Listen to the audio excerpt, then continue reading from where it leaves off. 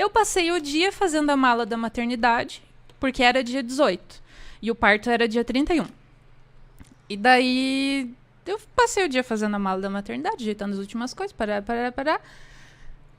Às 6 horas da tarde, ele perdeu os batimentos. Aí eu fui no hospital, porque eu precisava... Porque ele se mexia muito, e daí naquela tarde ele ficou meio quietinho. Daí minha médica falou, não, vá lá e faz um cardiotoco, que é pra ouvir o coraçãozinho. E chegou lá, tava sem batimentos. Não tinha mais o que fazer. Aí foi que o barraco desabou, né? Aí eu perdi o meu filho. Eu tive que... Uma das coisas mais cruéis que me aconteceram, né, além da perda do filho, foi naquele momento, e eu quero muito que hoje em dia a realidade seja diferente. Porque naquele dia, eu tinha acabado de jantar. Então eu não poderia entrar em cirurgia para fazer uma cesárea. Uhum. Se eu continuasse com o meu atendimento pelo SUS, que eu entrei pelo SUS, né? Eu teria que ter um parto normal, sabe? Só que o meu filho tinha morrido. E como que ia fazer isso? E daí o médico me explicou, não, a gente vai induzir e tal, só porque naquele momento eu digo, é impossível. Na minha cabeça era impossível que isso acontecesse. Ok, eu já tinha me preparado financeiramente, porque eu já queria fazer uma cesariana. Ok, aí ele falou, não, vamos mudar teu atendimento, beleza. Aí eu tive que passar a noite no hospital. Porque eu não podia entrar em cesárea naquele momento, porque eu tava com o estômago cheio e tal. Me explicaram lá termos técnicos que eu não sei dizer. Aí me colocaram no centro obstétrico. E eu tive que passar a noite no centro obstétrico. Uhum. E eu tava sozinha no quarto. Tava eu e meu ex-marido. E nós ouvimos 2 crianças nascendo do nosso lado. Nossa. Na parede do lado. E nós dois, eu lembro muito, assim, que eu tava sentada na cama e ele sentado na minha frente, nós dois com a mão na minha barriga. Na minha cabeça, em algum momento, ia ter a cesárea e o Raul ia sair gritando na minha barriga. Na minha cabeça, isso ia acontecer. Só que ele já não tava mais ali, né? E eu tive que escutar 2 nenéns nascendo, sabe? E daí era um misto de dor com felicidade, porque... Porra, uma criança nascendo, é muito feliz. Sim. Meu afilhado nasceu hoje. Né? Ai, eu tô louca pra falar sobre isso desde a hora que eu sentei aqui, sabe? Eu tô o dia inteiro chorando por causa disso. Renato, coisa mais linda do mundo. Mari e André, meu Deus. E eu escutei essas crianças nascendo, sabe? Então, foi um negócio muito traumático. E na minha cabeça, é muito óbvio que, tem uma mãe ali com 9 meses de gestação com uma criança com um natimorto dentro da barriga dela, vamos colocar ela num quarto onde ela não tenha que escutar a criança nascendo, sabe? E daí me falaram, é porque a gente não tem profissionais o suficientes para atender e tal. Eu não recebi atendimento naquela noite, porque o atendimento já tinha acontecido. Então tudo já tinha acontecido, nada mais ia acontecer. Só no outro dia iam me buscar para eu entrar na cesárea. E mesmo assim me fizeram passar por esse tipo de situação. E eu não sou exclusividade, tá? Porque eu conversei com muitas mães que passaram por isso também. E isso é desumano, sabe? É desumano isso, fazerem isso com uma mãe. Aí, ok, no outro dia fiz a cesárea, deu tudo certo. Nossa, os profissionais envolvidos foram fantásticos, assim. O doutor mesmo, ele não trabalha mais aqui e ele era de fora também, era plantão, assim. E eu levei muita sorte de ser ele, era um cara de 2 metros por 2, assim, mais ou menos. Todo barbudo, assim, de óculos, cara de brabo e tal. Mas a hora que ele viu o que tinha acontecido, eu vi ele derretendo, assim, sabe? Ele olhou pra mim e falou, mãezinha, eu tenho uma coisa muito triste pra te contar. E daí ele segurou a minha mão, e daí ele foi muito querido o tempo todo preocupado comigo. Todas as enfermeiras, todo mundo muito preocupado. Foi um atendimento, assim, excelente, tirando o fato de me colocarem ali. Fiz a cesárea e tal, eu vi meu filho. Enfim, todos os trâmites de uma cesárea normal. Fui para recuperação. Fui para o quarto. O quarto era onde? Um hospital daquele tamanho. Também como é que é? Fui para maternidade. Meu Deus. Sabe? O dia inteiro. Eu fiquei, acho que 3 dias, 2 dias ali. O tempo inteiro chegando, bebê. O tempo inteiro chorinho de neném. E daí, entre uma acordada e outra, assim, eu até a minha sogra da época, ela ficou o tempo todo comigo. E ela calma. Porque eu acordava de sobressalto, assim, o Raul tá chorando. Porque eu escutava choro o tempo todo. E pra mim era meu filho. Que né? Era muito óbvio pra mim naquele momento que meu filho tava precisando de mim. Eu escutava choro, daí ela vinha e me... Calma. Ok, tirando isso, aconteceu mais uma, que nem todos sabem o que aconteceu.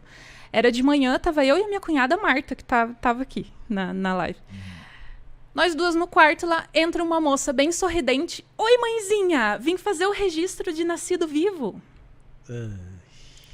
Eu só falei pra ela, só que eu tava calma, porque, por incrível que pareça, eu sou uma pessoa calma em momentos de crise.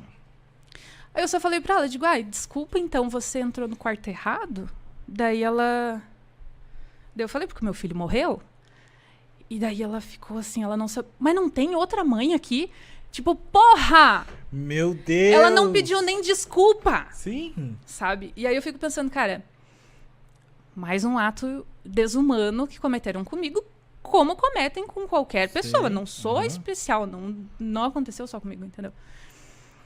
Aí, aí aconteceu tudo isso, aí a vida teve que seguir de uma forma muito difícil. Claro, óbvio que os primeiros dias foram muito difíceis, mas eu queria falar do meu filho. Pô, o Raul existiu, sabe? Sim. E é uma delícia falar dele. Qualquer pessoa que conviveu comigo naquela época... Olha, cara, eu dou risada, assim, porque... Pô, foi muito... O Piá era muito massa. Ele soluçava 2 vezes por dia. Se eu sentia fome, ele batia na minha barriga. Eu acho que ele tava com fome também, na minha cabeça, sei lá, né? A gente conversava, ele mexia. O pai dele falava, ele mexia. Cara, foi muito massa. Todos os amigos puderam conviver com ele nesse momento. Então, o Raul é um Piá muito massa. Apesar de ele não ter nascido vivo, ele é muito vivo na vida de todo mundo. Da minha família, da família do meu ex-marido, dos meus amigos. Nossa, nem fala. Nossa, os meus amigos de Otacílio Costa, o Denilson mesmo, meu Deus do céu. Assim, ó, todo mundo ama o Raul como se ele estivesse aqui, sabe? Como se ele estivesse crescendo aqui. Como a gente fala do Raul e dá risada, sabe? Exatamente. E aí tem gente que fala assim, não, porque você fica falando dele, você tem que deixar ele descansar. Gente, não é assim. Respeita a mãe que perdeu o filho. E eu não tô falando só de mim. Eu tô falando de tantas mães que passaram por isso, que tiveram um filho natimorto, ou que o bebê nasceu e infelizmente faleceu logo em seguida. Deixa a mãe falar dele. Não diz que, logo você vai ter outro. Não existe substituição. Não existe essa de deixa ele descansar. Pô, o Raul foi só amor na minha vida. Por que eu não vou falar dele? Porque quanto mais você falar, mais vai doer, porque... Pô, esconderam as roupinhas dele. De mim. Pra que isso? Sabe? Eu entendo que ninguém soube como reagir. Hoje, eu entendo.